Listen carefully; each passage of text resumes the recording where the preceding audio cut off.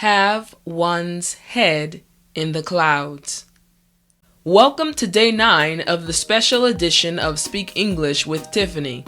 I am Teacher Tiffani, and in this episode I will teach you exactly how to use the English body idiom have one's head in the clouds. Are you ready? Well then, let's jump right in. The idiom have one's head in the clouds can be defined in 3 different ways. The first definition of this idiom is to be daydreaming and not paying attention to what is happening. The second definition of this idiom is to be out of touch with the everyday world and to be unrealistic. And the third definition of this idiom is to have impractical ideas or dreams.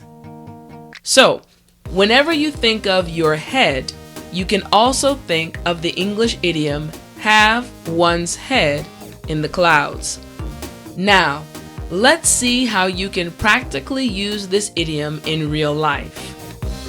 First, you can use have one's head in the clouds when speaking about something that is impossible. When people get into difficult situations, sometimes they need help from the government, but the government may not be able to help them. At these times, the idiom can be used like this. If you think the government is going to help you, you have your head in the clouds. Second, you can use have one's head in the clouds when talking about insurance. After a disaster, people usually want to redo their homes.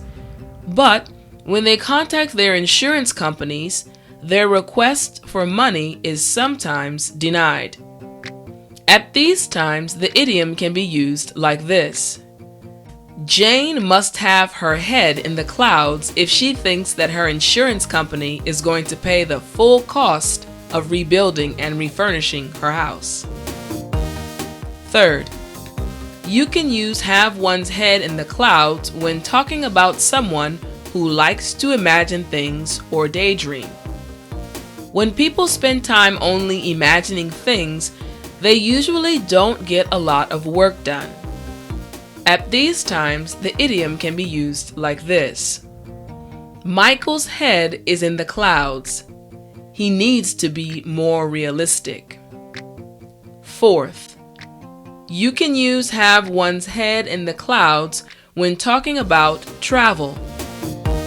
When an employee of a company wants to travel somewhere, they are sometimes curious if their company will pay for their trip. At these times, the idiom can be used like this. Sam thinks the company will pay for all of the expenses of his round-the-world trip. I think he has his head in the clouds. They will not do that. And finally, fifth, you can use have one's head in the clouds when speaking about cramming. When people have a large amount of work to do, or things to study, they sometimes try to rush and complete everything quickly. At these times, the idiom can be used like this. You definitely have your head in the clouds. You are never going to be able to learn everything in just 3 months. Have one's head in the clouds. Use it today. Click the link to download your own free copy of English Body Idioms with Teacher Tiffani.